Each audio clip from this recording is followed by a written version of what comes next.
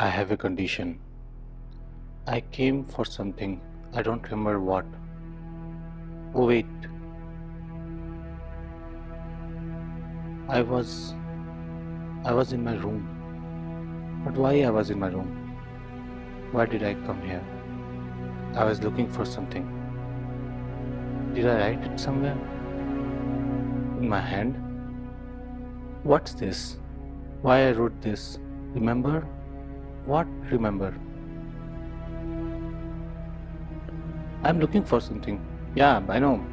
Headphones. Where are my headphones? I don't know. I kept it somewhere.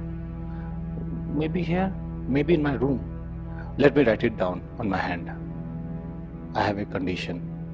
I have a condition of memory leak. Welcome guys to the Angular Coder. I am your host for today for memory leaks. As you have already seen in our intro, today we are going to talk about what are memory leaks, how that can happen in your code, and what you can do to debug it, and we'll try to create those in our code at the end. So please watch this video till the end. Let's start.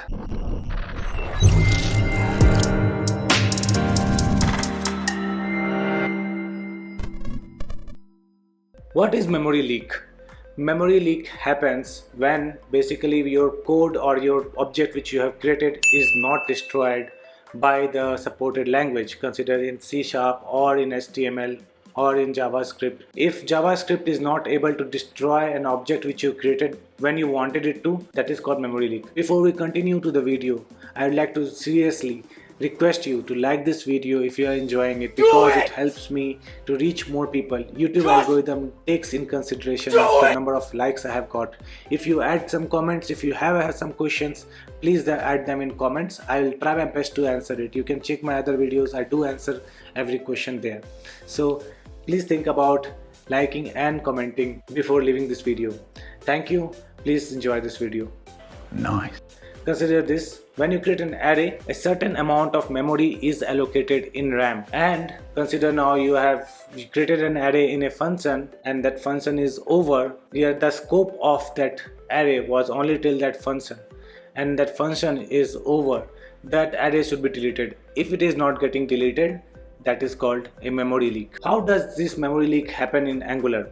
I'll answer this question just in a moment. Before that, let's discuss how that can impact our performance. In finance sector especially, the user who are using your web applications will use lot of tasks and grids in their UI. They don't refresh their browser. They don't like to refresh their browser. They like to keep their browser as it is. They don't even like to close their browsers when they go home. In many cases like that, the browsers will not be closed and they will keep on using your system. Over time, it will take a lot of RAM and it will take a lot of CPU to create new things or create new objects in your web application. In that cases, memory leaks will impact the performance. So if you want to keep your application very much performant, very much fast, you need to understand first how to create a memory leak, and then we'll go into how we can stop or how we can prevent a memory leak in our application. Let's go to our screen and understand that part right now. So now we have our application ready with us. As you can see on our screen, I've written some code where basically the parent component is having a button where it will just enable and disable a child component. Just make it visible and invisible. That means it is going to destroy it and create it after each iteration. And then we have our child component where we have basically an li element where we see data is received. What we are doing is we have created a service here where we have a subject where we are going to broadcast that changes every 200 milliseconds. On constructor, we are just going to create a big array of random numbers and then push it into the subscription.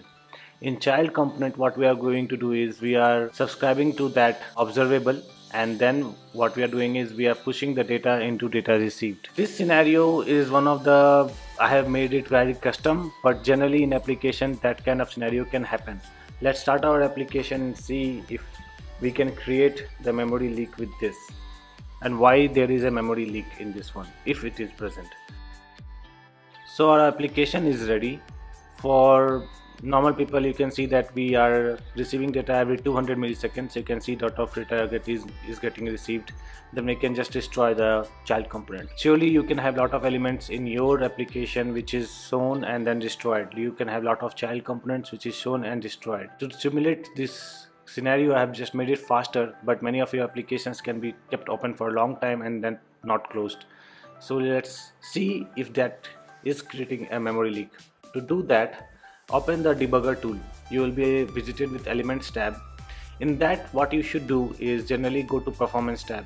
To see our application from beginning, let's refresh it, and then let's start recording our application. If performance tab is not visible to you, you can obviously click on this extend tabs button, and then you can find performance tab in that. Let's record.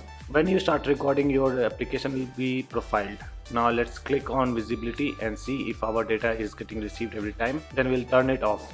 The elements or the items which were created on screen should be destroyed. After that, the component was destroyed. Now again, let's create the component and receive data for a while, then destroy it.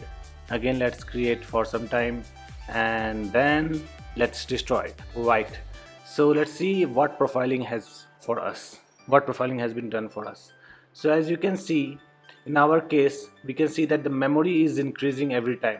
When we destroy a component, it is destroyed for a while, then again it is increased and then destroyed, and again it is increased and destroyed. You can see here that our application is continuously increasing the memory in its size. What is happening? Where is this memory leak coming from? To do that, we can go to memory and take a heap snapshot. In this one, we can see our right now application is taking 255 MB of memory. So let's toggle visibility, turn it off, take one more snapshot.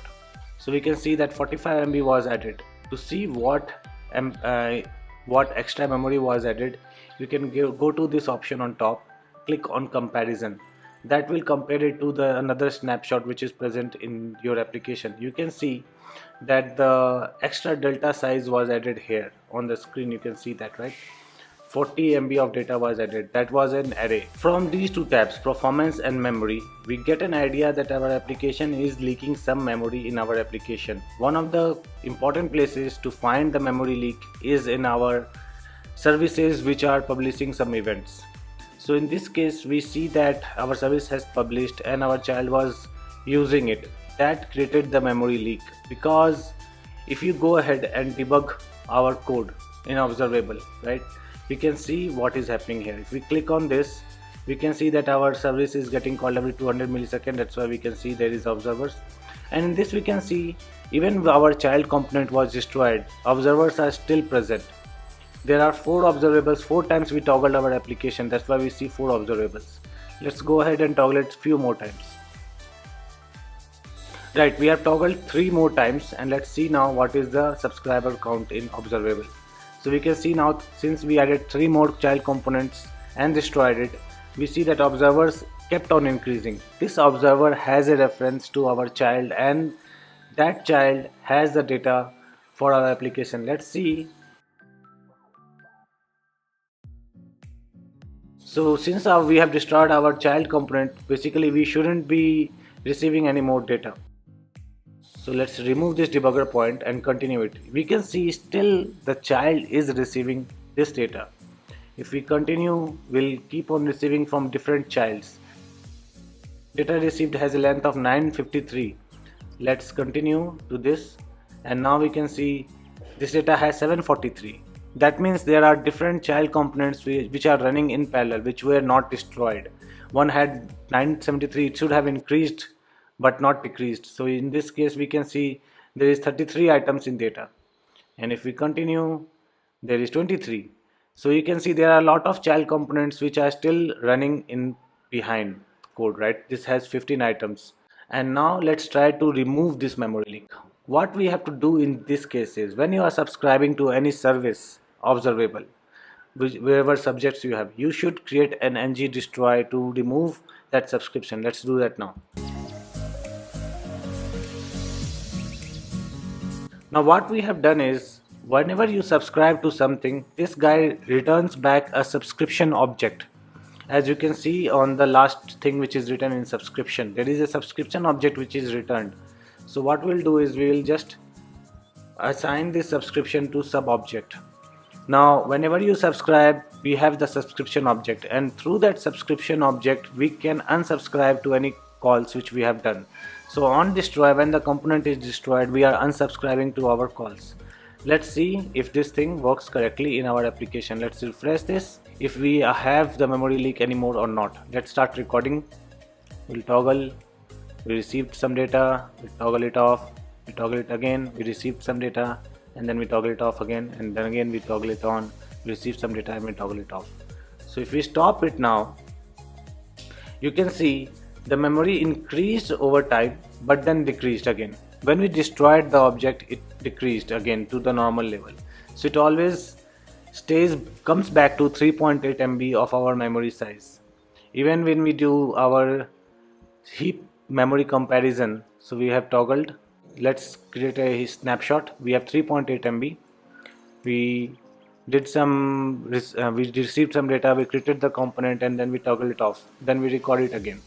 You can see there is 3.8 MB of data only.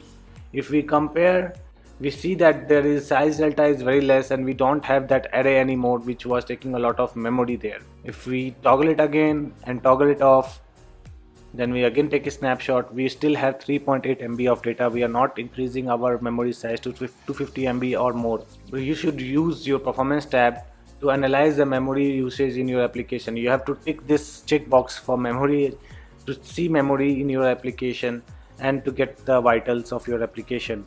So as you saw, we were able to create a memory leak, debug it, and then resolve it. There are ways to do this in an efficient way, and as a developer, try to run performance analysis time to time on your web application through performance tab, so that you can understand as you're using your application maintains a static level of memory, and then when you close some components and when you destroy it, memory should go down again to the original level. I hope this video was helpful to you. Every Saturday I'll be posting new videos on in-depth topics on Angular, so please subscribe to this channel.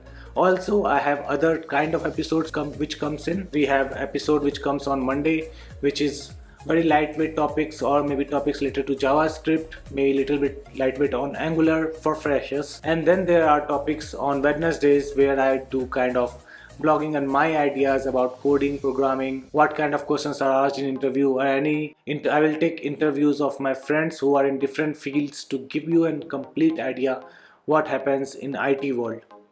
I hope you enjoyed the show. Thank you for watching again. Please subscribe to this channel and like this video if you enjoyed it. Thank you.